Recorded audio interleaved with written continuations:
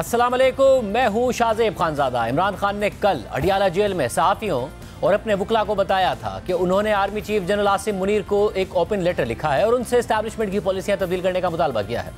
इस खत को हुकूमत पीटीआई की फ्रस्ट्रेशन की इंतहा और फौज और अवाम के दरमियान खलीज पैदा करने की कोशिश करार दे रही है। लेकिन आम बात यह है कि पीटीआई की तरफ से 6 नकाती खत का मवाद तो शेयर किया जा रहा है, लेकिन अभी तक ना तो खत का असल ड्राफ्ट सामने आया है और ना ही आर्मी चीफ को खत इरसाल करने की या मौसूल होने की तस्दीक हुई है। बल्कि आज खुद सिक्योरिटी ज़राए से खबर सामने आई है कि इमरान खान की जानिब से कोई खत नहीं मिला। मीडिया पर खबर सामने आई थी कि इमरान खान ने कोई खत लिखा है। अगर किसी भी मामले पर बात करनी है तो सियासतदानों से की जाए, ऐसे किसी भी खत को पढ़ने में कोई दिलचस्पी नहीं है। यानी इस्टेब्लिशमेंट की तरफ से एक बार फिर वाज़ेह किया जा रहा है कि इमरान खान के किसी खत या शिकायत से उन्हें कोई दिलचस्पी नहीं है और अभी तक खत मौसूल भी नहीं हुआ है। सिर्फ यही नहीं, खुद पीटीआई के चेयरमैन बैरिस्टर गौहर खान भी खत के ड्राफ्ट से लाइल्म हैं। आज जियो न्यूज़ से बात करते हुए बैरिस्टर गौहर खान का कहना था कि मैंने अब तक इमरान खान का आर्मी चीफ को लिखा गया खत पढ़ा या देखा नहीं है। इमरान खान ने खत के मंदरजात खुद पढ़कर सुनाए थे और कहा था कि फौज की बड़ी कुर्बानियां हैं, उनकी तरफ से खत पर रिस्पॉन्स आता है तो हम वेलकम करेंगे।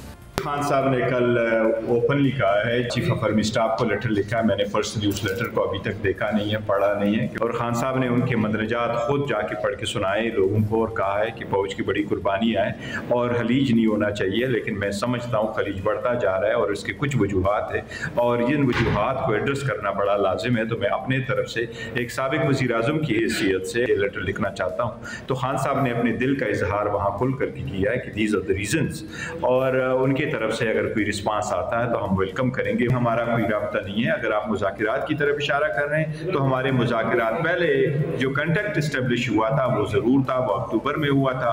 उसके बाद एक मीटिंग का जिसका मैं जिक्र कर चुका हूँ कि एक मीटिंग हमारी हुई थी, वो लॉ एंड ऑर्डर सिचुएशन पे थी और पॉलिटिकल डिस्कशन नहीं थी हमारी, और कोई न मीटिंग हुई है न कोई ऐसा। इमरान खान के खत पर हुकूमत का तंजिया और सख्त रद्द-ए-अमल सामने आ रहा है। आज जियो न्यूज़ के नुमाइंदे हैदर शराजी से बात करते हुए नून लीग के सेनेटर इरफान सिद्दीकी ने कहा कि इस तरह के खतूत नवेसी उस वक्त जन्म लेती है कि जब आपकी फ्रस्ट्रेशन इंतहा को पहुंच जाती है। पीटीआई ने तो चीफ जस्टिस के बाद आर्मी चीफ को भी खत लिख दिया है, इस पर क्या कहेंगे? खत लिखेंगे गरचे मतलब कुछ ना हो, खत लिखेंगे गरचे मतलब कुछ ना हो।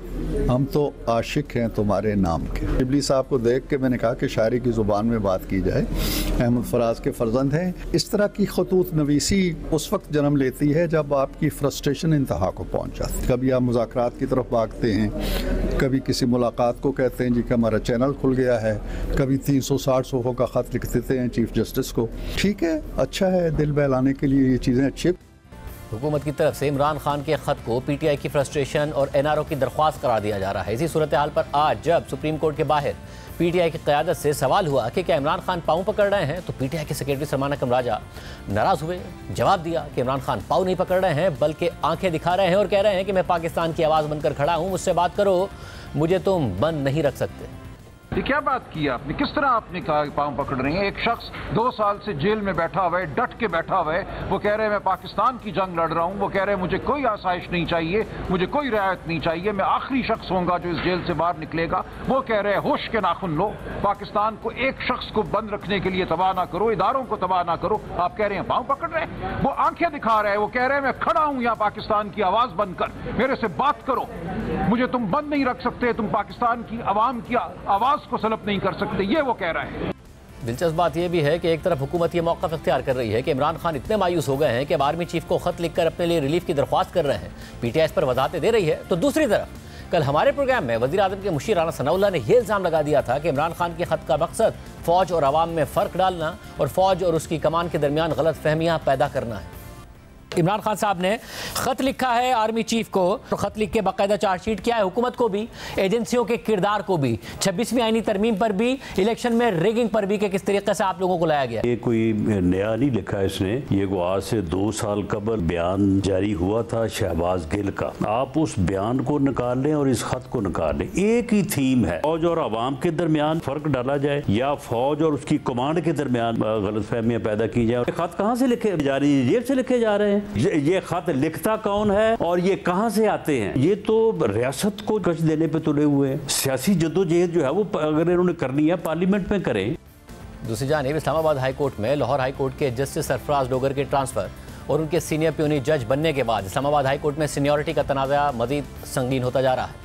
PTI इसे इमरान खान की सजा में तूल देने का एक जरिया करार दे रही है। वुकला एहतजाज का इंदिया दे रहे हैं और खुद इस्लामाबाद हाई कोर्ट के जजेस भी आवाज़ उठा रहे हैं कि जजेस की ट्रांसफर के बाद सीनियरिटी मुतासिर नहीं होनी चाहिए। जियो न्यूज़ के नुमाइंदे उवैस यूसुफजई की अदालती ज़राए से खबर के मुताबिक इस्लामाबाद हाई कोर्ट के 5 जजेस ने सीनियरिटी का मामला एक बार फिर उठा दिया है और सीनियरिटी लिस्ट के खिलाफ representation chief justice Islamabad high court justice Aamir Farooq को भिजवा दी है। ज़राए के मुताबिक chief justice of Pakistan justice Yahya Afridi को भी जजेस रिप्रेजेंटेशन की कॉपी भिजवा दी गई है। कल चीफ जस्टिस आमिर फारूक की मंजूरी से जजेस की सीनियरिटी लिस्ट जारी कर दी गई थी, जिस पर आज रिप्रेजेंटेशन के जरिए सीनियरिटी का मामला उठाने वाले जजेस में justice Mohsin Akhtar Kayani, justice Tariq Mahmood Jahangiri, justice Babar Sattar, justice Sardar Ejaz Ishaq Khan और जस्टिस समन रिफत इम्तियाज शामिल हैं। ज़राए के मुताबिक जस्टिस मियां गुल हसन औरंगजेब और जस्टिस अरबाब मोहम्मद ताहिर के अलग से रिप्रेजेंटेशन फाइल किए जाने का इम्कान है। 5 जजेस ने रिप्रेजेंटेशन में मौक़िफ़ इख्तियार किया है कि जज जिस हाई कोर्ट में तैनात होता है उसी हाई कोर्ट के लिए हल्फ लेता है। आइन की मंशा के मुताबिक दूसरी हाई कोर्ट में ट्रांसफर होने पर जज को नया हल्फ लेना पड़ता है।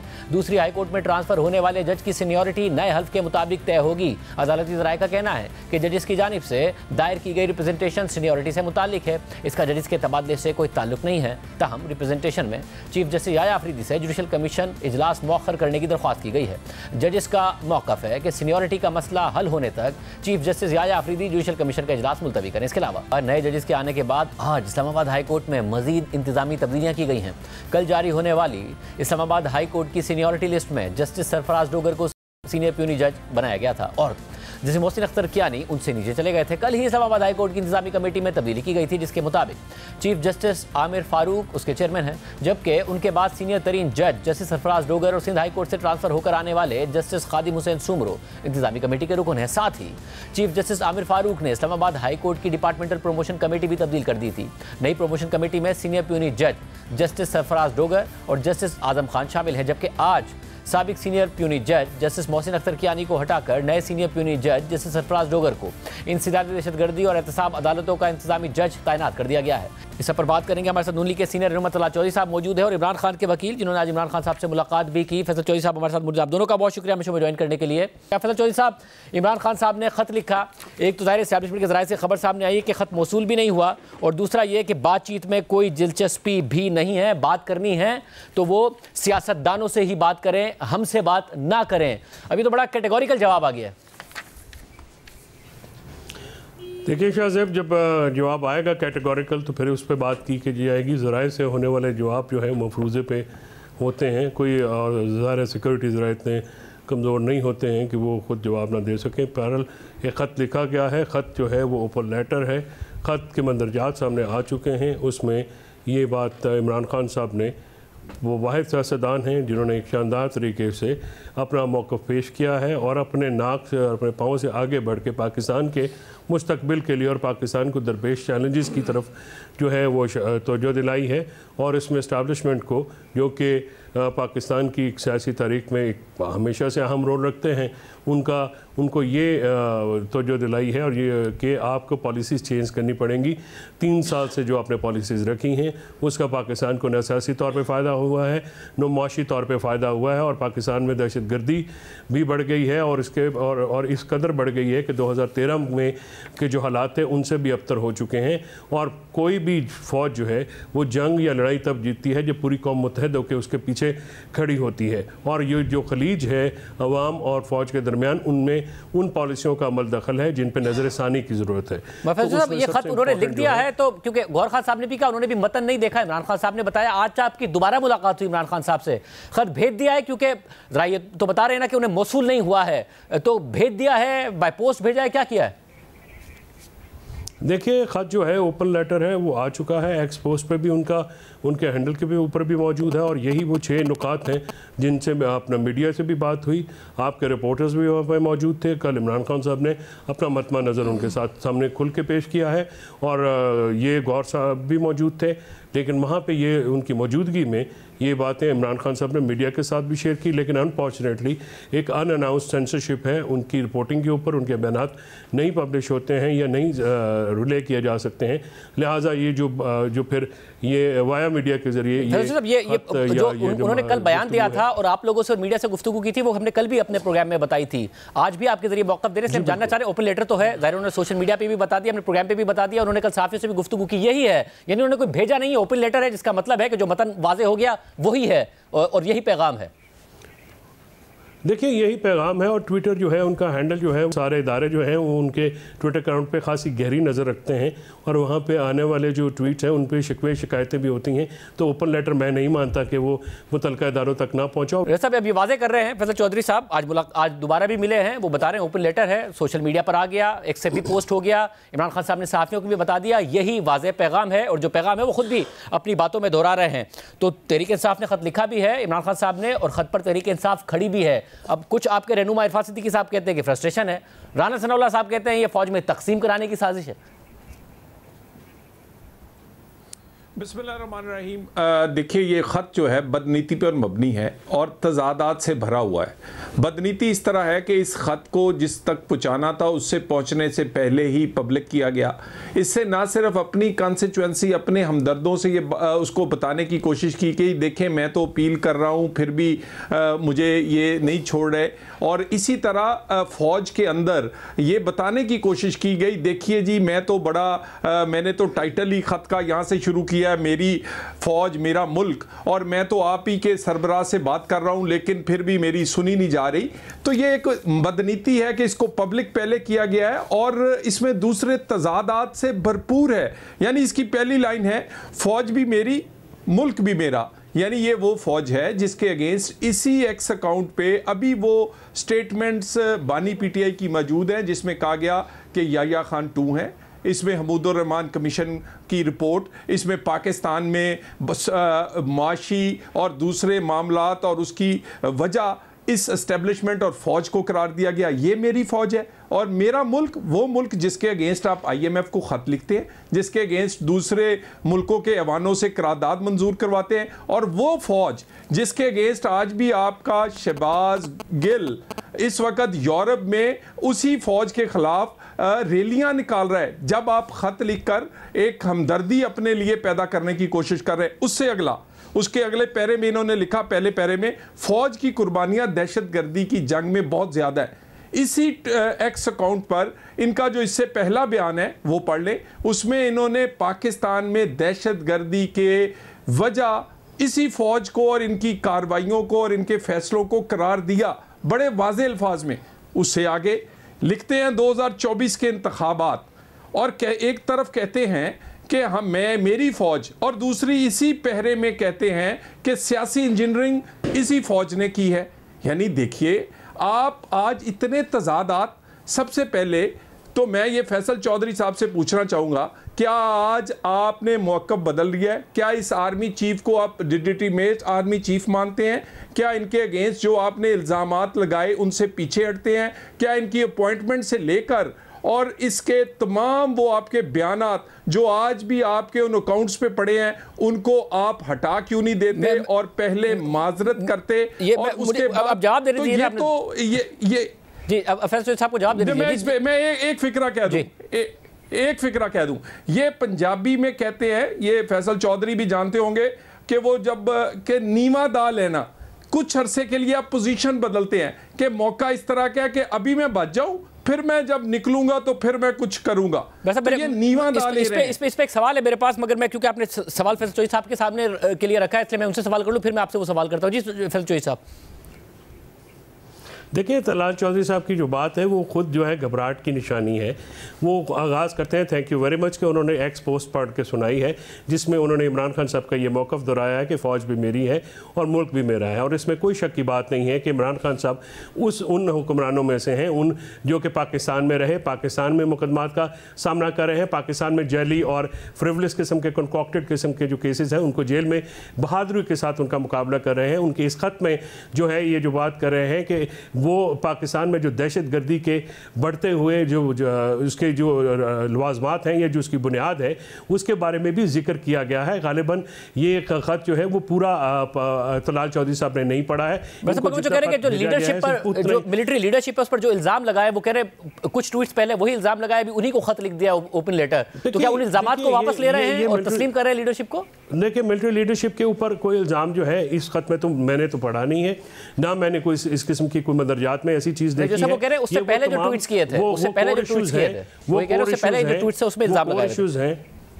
वो पहले ट्वीट्स जो है जब आएंगे तो मैं तो इस खत के बारे में बात कर रहा हूँ, जब वो तलाल चौधरी लेके आएंगे तो उस पर बात होगी। लेकिन अभी इस वक्त इस खत के मंदरजात में कोई ऐसी बात नहीं है। इस खत में अवाम को और फ़ौज को यकजा करने के लिए कुछ तजवीज़ पेश की गई हैं, और वो तजवीज़ ये हैं कि आपने जब इस मुल्क में इस्टेब्लिशमेंट का जो फुटप्रिंट है पॉलिटिक्स में, शाहजेब, उसको मैं, तलाल चौधरी साहब या आप या कोई भी जो है पाकिस्तान की पॉलिटिकल हिस्ट्री से वाकिफ शख्स उसको नज़रअंदाज नहीं कर सकता। और ये बात सियासी कुव्वतों की मैंने जैसे पहले की, जो पार्लियामेंट पीका लॉ पास करे, जो 26th अमेंडमेंट करके निज़ाम अदल को तहस नहस करे, वो गैर जमहूरी पार्लियामेंट है। आप पाकिस्तान की सबसे बड़ी जमात को स्क्वीज़ करके आपने एक फ्रॉडुलेंट इलेक्शन के ज़रिए, इलेक्शन फ्रॉड के ज़रिए ये कुव्वत हासिल की है। आज भी इनके वज़ीर दाखिला ने जो जनरल डायर की तरह के बयानात दिए हैं, क्या वो जमहूरी बयान है कि हम 26 नवंबर करेंगे? 26 नवंबर में शहादतें हुई हैं। ताजु साहब, अब जुनैद अकबर साहब ने आज बड़ी अहम बात की आज, और उन्होंने कहा है कि हमसे कहा जा रहा है कि इस हुकूमत को 3 साल देने हैं, इस सिस्टम को 3 साल चलने दें। 1 साल गुजर गया, 2 साल और बाकी हैं, इसलिए इसे चलने दें। अगर हम मान जाएं तो सजाएं ख़त्म, सारी सख्तियां ख़त्म, इमरान खान साहब की कैद ख़त्म। यह हमें ऑफर किया जा रहा है। देखिए, ये सारी परसेप्शन ये क्रिएट करते हैं खुद। यानी इनकी अगर सिक्योरिटी मीटिंग में पेशावर में मुलाकात होए तो ये 2-3 दिन सोते नहीं हैं, फूले नहीं समाते, और इन्हें ये लगता है कि शायद ये वाली इस्टेब्लिशमेंट भी उसी तरह की है जैसे पाकिस्तान में पहले इस्टेब्लिशमेंट्स रही हैं, कि जो कि पीछे से हुकूमत के साथ नहीं खड़ी होती बल्कि पीछे से अपोजिशन या दूसरों से मिलकर कोई हुकूमत को कमज़ोर कर रही होती हैं। ये इस्टेब्लिशमेंट जो है ये बड़ी फोकस्ड, बड़ी क्लैरिटी रखती है, और इसी वजह से पाकिस्तान में आज एक सियासी इस्तेकाम है और उसी वजह से मुआशी इस्तेकाम आ चुका है। पाकिस्तान में मुआशी इशारिये बेहतर हुए हैं, आम आदमी की जिंदगी मगर तलाल साहब, यही मसला है ना कि ये कहीं ना कहीं ये डिमांड तो है ना तहरीक इंसाफ से कि जी आप डिस्टेबलाइज नहीं करेंगे, सड़कों पर नहीं आएंगे, हमें इस्तेकाम चाहिए, तो पॉलिटिकल स्टेबिलिटी चाहिए, इसलिए आप लोग अगर चुपचाप बैठने को तैयार हैं तो फिर बात हो सकती है। जुनैद अकबर साहब बात करेंगे, हमें 3 साल चाहिए, 1 हो गया, 2 और चाहिए, ये डिमांड तो है या नहीं है? नहीं, देखिए मेरी गुजारिश है, ये खुद क्रिएट करते हैं। ये 2024 को पहले जाली इलेक्शन कहते थे फॉर्म 47 का, उसके बाद कौन मुतालबे से पीछे हटा है? ये हटे हैं, ये तस्लीम कर चुके हैं। ये 3 साल की बात करते हैं, ये 5 साल के लिए तस्लीम कर चुके हैं, और ये इन्हें पता है कि इनके केसेस ओपन एंड शट हैं। 9 मई हो, 26 नवंबर हो या 190 मिलियन हो, इनके लिए एनआरओ के अलावा जेल से निकलने का कोई रास्ता नहीं है। ये इन पर कोई पॉलिटिकली वो विक्टिमाइज करने के लिए मुकदमा नहीं है, इनके करतूत या इनके जुर्म है। और दूसरी बात है कि आज के दिन तक भी ये अपनी सियासत को जुर्म से अलहदा नहीं करते। 9 मई से इस खत में कहते ना कि मैं माफी मांगता हूं, मैं अपने आप को अलहदा करता हूं। मगर ताज साहब, ये तो फिर सलमान अकबर राजा साहब ने कहा ना, मतलब माफी तो वो जब मांगते ना जब वो गलती तस्लीम कर रहे होते हैं। सलमान अकबर राजा साहब ने कहा कि वो पाँव नहीं पकड़ रहे हैं, वो आंखें दिखा रहे हैं और कह रहे हैं कि मैं खड़ा हूं, पाकिस्तान की आवाज बनकर, मुझे बंद नहीं कर सकते। वो वादे कर रहे हैं। ऐसा नहीं है पार्टी कोई पीछे हट रही है और कोई बहुत मीठी जबान इस्तेमाल कर रही है। वो तो कह रहे हैं कि ये खत जो है कोई ऐसा नहीं है कि हमने रिकंसाइल करना है या एनआरओ मांगना है। देखिए, वो पाँव पढ़ नहीं रहे, पढ़ चुके हैं। वो डट के खड़ा है कप्तान एनआरओ के लिए, डट के खड़ा है कि माफी लेकर रहूंगा, क्योंकि उसके मुकदमात 2+2 ओपन एंड शट है। 190 फैसल चौधरी साहब, अब ये एक फासला है इस खत को लेकर। आप कह रहे हैं कि वो 2 टोक बात कर रहे हैं और वो कह रहे हैं आंखों में आंखें डालकर कह रहा है सलमान अकबर साहब, ये कह रहे हैं कि आप पैर पड़ रहे हैं, एनआरओ मांग रहे हैं। देखिए, ये क्योंकि हर वो शख्स, क्योंकि माजी में इनका यही किरदार रहा है, ये उस एस्टेब्लिशमेंट से डिग्गियों में छुप के जो मिलने गए थे, ये समझते हैं कि इमरान खान भी उन्हीं में से होगा, लेकिन इमरान खान उन लोगों में से नहीं है जो डील मांग रहे हैं। इमरान खान साहब के प्लेटलेट्स जो हैं वो कम नहीं हो रहे। इमरान खान तो जेल में वो मुकाबला कर रहे हैं, और उन्होंने जो लेटर लिखा है वो आवाम को और फ़ौज को यकजा करने के लिए उन्होंने तवज्जो मबजूल कराई है। और यही जो 2 जमातें हैं जो खुद को सियासी तो ज़रूर कहती हैं, लेकिन इनमें सियासी कोई भी प्रैक्टिकल बात नहीं है। ये इनको जो है वो घबराहट तारी हो जाती है, क्योंकि इनके साथ अवाम नहीं है, ये अवामी हुकूमत नहीं है, इनको फॉर्म 47 के ज़रिए हुकूमत में इम्पोज किया गया है। अगर ये अवाम के वोटों से आते तो फिर अवाम की या जो मज़दूरों के, जो किसानों के, जो ताजरों के, जो पाकिस्तान के आम अवाम के मसाइल हैं वो इन तक पहुँचते हैं। लेकिन क्योंकि ये किसी बैसाखियों पर चढ़ के अपना कद ऊँचा करके बैठे हुए हैं, लिहाजा इनको उस चीज़ से कोई परवाह नहीं है। उसके बरअक्स इमरान खान जेल के अंदर हैं, लेकिन अवाम उनके साथ है, अवामी पॉपुलैरिटी उनके साथ है। तो ये जब भी बात करते हैं, इसीलिए आपने देखा शाहजेब, ये किसी भी सियासी अमल की इजाज़त नहीं देते, न जलसे की, न जुलूस की, न एहतजाज की। ये उससे टेरिफाइड हैं, ये अवाम से टेरिफाइड हैं, और ये डरते हैं कि किसी मैच में नारे ना लग जाए, ये डरते हैं किसी जुलूस में नारे ना लग जाए। सूरत हाल ये है, मीडिया को भी गैग किया गया और तलाल साहब लास्ट कमेंट आपके लोगों का। सूरत हाल ये है कि साल हो गया इलेक्शन को, सख्तियां भुगत ली तहरीक इंसाफ ने, मगर ऐसा नहीं है कि वो कोई ऐसी बात है कि वो ये कह रहे हैं कि नहीं जी हम तो बस किसी भी तरीके से तैयार हैं, मुज़ाकरा जरूर चाहते हैं, मगर आप लोग इल्जाम लगा रहे हैं कि वो एनआरओ मांग रहे हैं, वो कह रहे हैं हम कुछ नहीं मांग रहे हैं। देखिए, मुज़ाकरात अगर चाहते तो इनके मुतालबात में दहशतगर्दी शामिल होती, मईशत शामिल होती, पाकिस्तान के मसाइल शामिल होते। इनकी एनआरओ ढूंढते हैं किसी भी बातचीत में, किसी भी मुलाकात में, किसी भी राब्ते में, और क्योंकि इनके केसेस जो हैं उनसे इनको छुटकारा नजर नहीं आता। वो 2+2 ओपन एंड शट हैं, 190 मिलियन से कैसे ये छूट सकते हैं? और अब तो कार्रवाई उन पे भी हो रही है जिन पे पाकिस्तान में कभी सोचा नहीं था, वो जनरल फैज हो। पूरे का पूरा ये जो गठचोर और माफिया इमरान खान समेत इस वक्त शिकंजे में है। इनसे पहले तो गुड टू सी यू, इनसे पहले तो जब 26वीं तरमीम नहीं हुई थी तो साकिब निसार जैसे लोग अवेलेबल थे जो इन पर पर्दे डालते थे, जो इनके जराइम को कोई देखता नहीं था। अब ये उस शिकंजे में आए हैं, इसलिए ये एनआरओ चाहते हैं किसी तरह छुटकारा चाहते हैं। ज़ाहिर दोनों पार्टीज का एक अलग अलग मौक़िफ़ इसके हवाले से सामने आ रहा है। पूरा ब्रेक शामिल करते हैं और हम खबर है, डेवलपमेंट है, उसकी तफसीलात आपके सामने रखेंगे ब्रेक के बाद।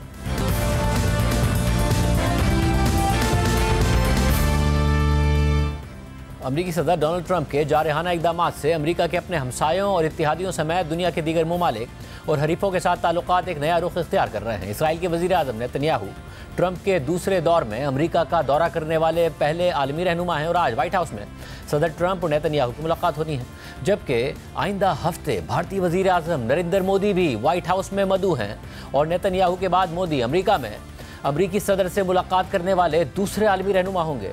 ट्रंप काफ़ी दफ़ा कह चुके हैं कि मोदी उनके करीबी दोस्त हैं, मोदी भी इस बात के दावेदार हैं। दूसरी जानिब ट्रंप टैरिफ्स को एक बार्गेनिंग टूल के तौर पर इस्तेमाल करके दुनिया भर में अपनी अमेरिका फर्स्ट पॉलिसीज़ को नाफिज करने की कोशिशें कर रहे हैं और बज़ाहिर उनकी ये कोशिशें कामयाब होती भी दिखाई दे रही हैं। और ट्रंप की जानिब से टैरिफ्स के ऐलान के बाद से आलमी स्टॉक मार्केट्स और करेंसी मार्केट्स भी बार बार ऊपर नीचे हो रही हैं। जबकि खबर रसा एजेंसी रॉयटर्स के मुताबिक ट्रंप के तिजारती मुशीर पीटर नोवेरो ने एक तकरीब में कहा है कि ट्रंप आज टैरिफ्स के मामले पर चीनी सदर शी जिनपिंग से टेलीफोन पर अहम गुफ्तगू करेंगे। वाज़ेह रहे कि ट्रंप अपनी इंतखाबी मुहिम के दौरान और इलेक्शन जीतने के बाद अमेरिका में मौजूद गैर कानूनी तारकीन वतन के हवाले से सख्त इक़दामात का ऐलान कर चुके हैं और सदर बनने के फ़ौरन बाद उन्होंने अपने ऐलानात पर अमल करते हुए गैर कानूनी तारकीन वतन को वतन वापस भेजने का आगाज़ कर दिया था। मगर जनूबी अमरीकी मुल्क कोलंबिया ने शुरू में ट्रंप की जानिब से वापस भेजे गए तारकीन वतन को कबूल करने से इनकार कर दिया, जिस पर ट्रंप ने कोलंबिया पर टैरिफ लगाने की धमकी दे दी और इस धमकी के फ़ौरन बाद कोलंबिया ने तारकीन वतन को कबूल कर लिया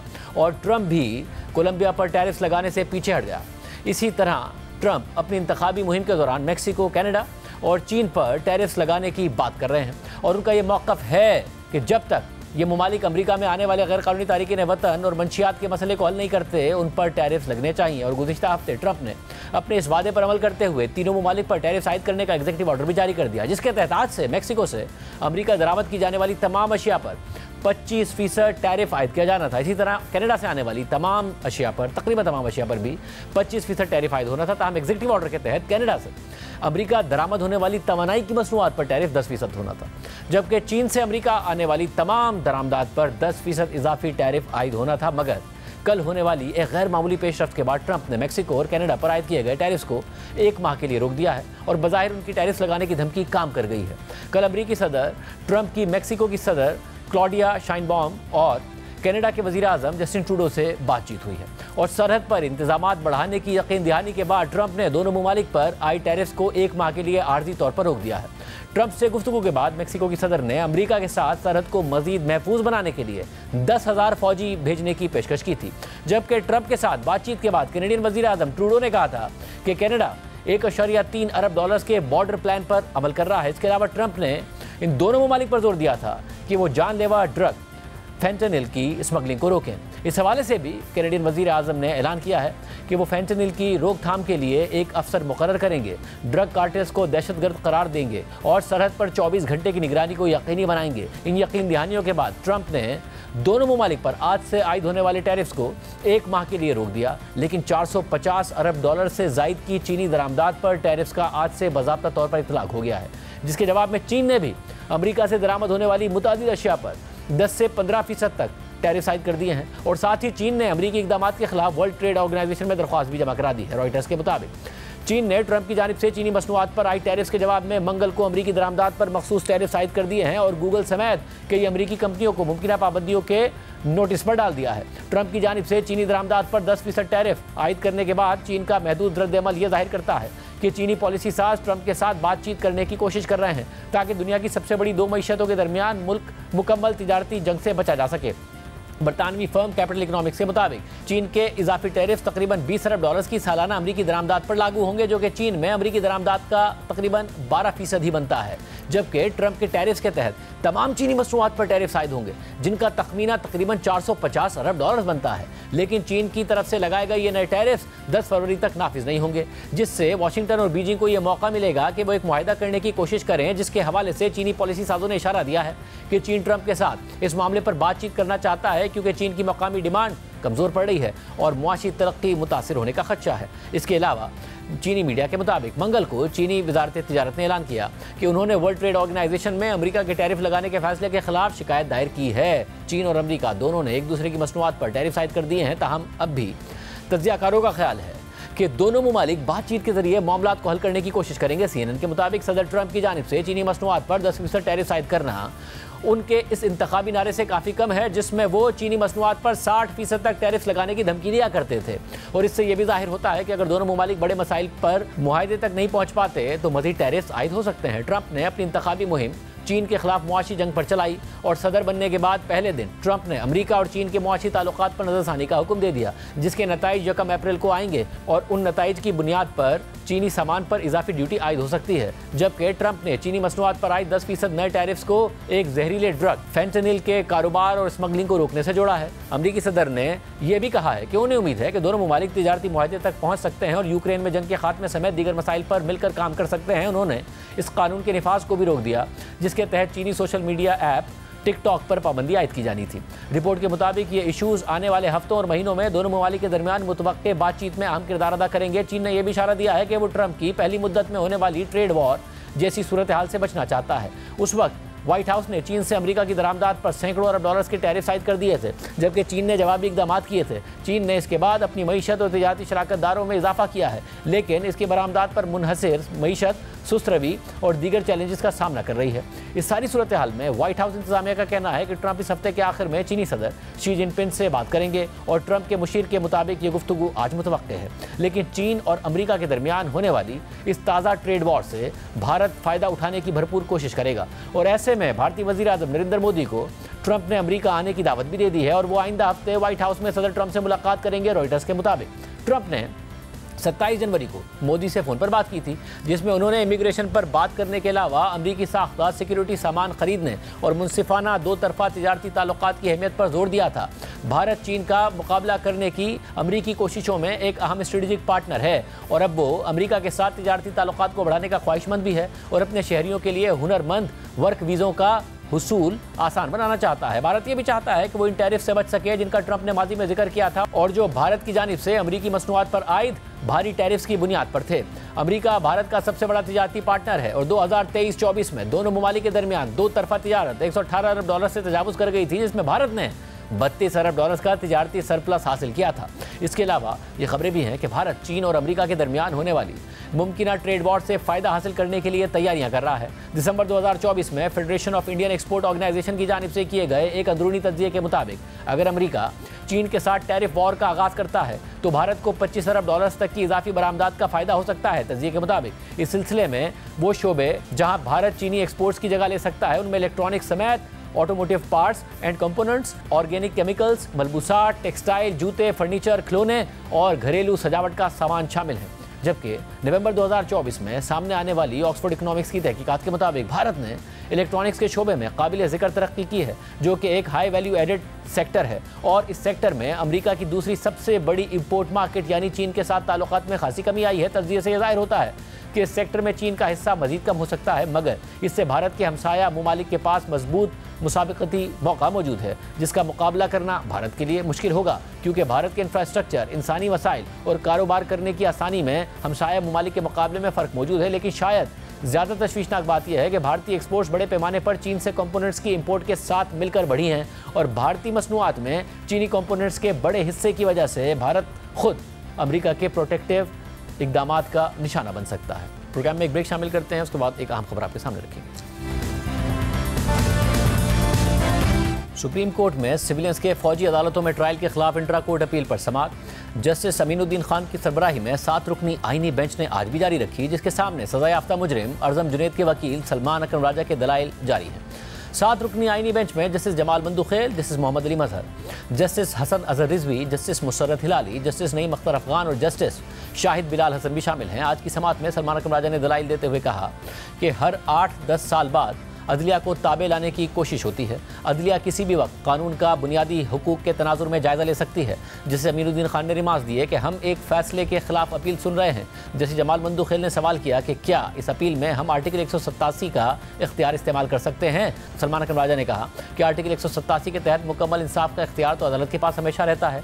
जस्टिस अमीनुद्दीन खान ने रिमार्क्स दिए कि शुरू में आपने ही अदालत के दायरा इख्तियार पर एतराज़ किया था, शुक्र है अब बढ़ा दिया। सलमान अकरम राजा ने कहा कि अदालती दायरा इख्तियार हमेशा वक्त के साथ बढ़ा है। जिस मोहम्मद अली मजहर ने रिमार्क्स दिए कि आर्मी एक्ट का इतलाक उस वक्त होता है जब आर्म्ड पर्सनल को सिविलियन उकसाने की कोशिश करे। क्या आर्टिकल 10A सिर्फ सिविलियन की हद तक है या इसका इतलाक मिलिट्री पर्सनल पर भी होता है। जस्टिस हसन अजहर रिजवी ने रिमार्क्स दिए कि बाज़ औक़ात मुल्क दुश्मन एजेंसियाँ सिविलियंस को इस्तेमाल करती हैं। आर्मी एक्ट की शिक 21D1 और 21D2 को कलअदम करार दिया गया है। ऐसे में तो मुल्क दुश्मन एजेंसियों के लिए काम करने वालों का भी मिलिट्री ट्रायल नहीं हो सकेगा। सलमान राजा ने कहा कि मैं भारतीय आर्मी एक्ट और पाकिस्तान के आर्मी एक्ट का तकाबली जायज़ा पेश करना चाहता हूँ। ऐसा नहीं हो सकता कि एक SHO खुद अदालत लगा ले, अपील SP सुने और तौसीक IG कर दे। भारत में मिलिट्री ट्रायल के खिलाफ अपील ट्रिब्यूनल में जाती है। ट्रिब्यूनल अपील में जमानत भी दे सकता है, शफाफ ट्रायल का हक होता है। जैसे मोहम्मद अली मजहर ने सवाल किया कि क्या भारत के आर्मी एक्ट में 21D1 और 21D2 है। सलमान अकरम राजा ने जवाब दिया कि ये शिक़ें भारत में नहीं हैं। जिस मोहम्मद अली मजहर ने मज़ीद सवाल किया कि अगर भारत में ये शिक़ें ही नहीं हैं तो आप तकाबली जायज़ा कैसे ले सकते हैं। जैसे अमीनुद्दीन खान ने रिमार्क्स दिए कि हमारा कानून ही अलग है, भारत का कानून अलग है। जैसे जमाल बंदुखेल ने रिमार्क्स दिए कि सिविलियन और मिलिट्री पर्सनल दोनों पाकिस्तान के शहरी हैं। क्या दहशतगर्दी जैसे संगीन जुर्म पर भी किसी का फ़ौजी अदालत में ट्रायल नहीं हो सकता। सलमान अकरम राजा ने जवाब दिया कि सिविलियंस का फ़ौजी अदालत में ट्रायल किसी भी सूरत मुमकिन नहीं है। जस्टिस अमीनुद्दीन खान ने रिमार्क्स दिए कि कानून को उसके गलत इस्तेमाल पर कलअदम करार नहीं दिया जा सकता। तौहीन रिसालत कानून का गलत इस्तेमाल शुरू हो गया था। गलत इस्तेमाल रोकने के लिए SP लेवल के अफसर को तफ्तीश सौंपी गई। अगर एक जुर्म फौजी करे और वही जुर्म आम आदमी करे तो ट्रायल अलग जगह कैसे हो सकता है। सलमान अकरम राजा ने कहा कि जिन लोगों ने फौज ज्वाइन करके बुनियादी हुकूक सरेंडर किए उन्हें दीगर से नहीं मिलाया जा सकता। मुझ पर इल्ज़ाम है कि किसी को भेजकर रेंजर्स को गाड़ी के नीचे कुचलने का हुक्म दिया। हो सकता है कि मुझे गिरफ्तार कर लिया जाए और मेरा ट्रायल भी मिलिट्री कोर्ट में हो। इल्ज़ाम कितना ही संगीन क्यों ना हो, ट्रायल आज़ाद फोरम पर ही हो सकता है। मेरे मौक्किल अर्ज़म को फौजी अदालत से 6 साल की सज़ा सुनाई गई है। मेरा मौक्किल अर्ज़म लाहौर का फर्स्ट क्लास क्रिकेटर है। इस मरहले पर सुप्रीम कोर्ट में फौजी अदालतों में सिविलियंस के मुकदमात से मुताल्लिक केस की समाअत 10 फरवरी तक मुलतवी कर दी गई। सलमान अकरम राजा 10 फरवरी को भी दलाइल जारी रखेंगे। आज के प्रोग्राम में इतना ही इजाज़त दीजिए। अल्लाह हाफ़िज़।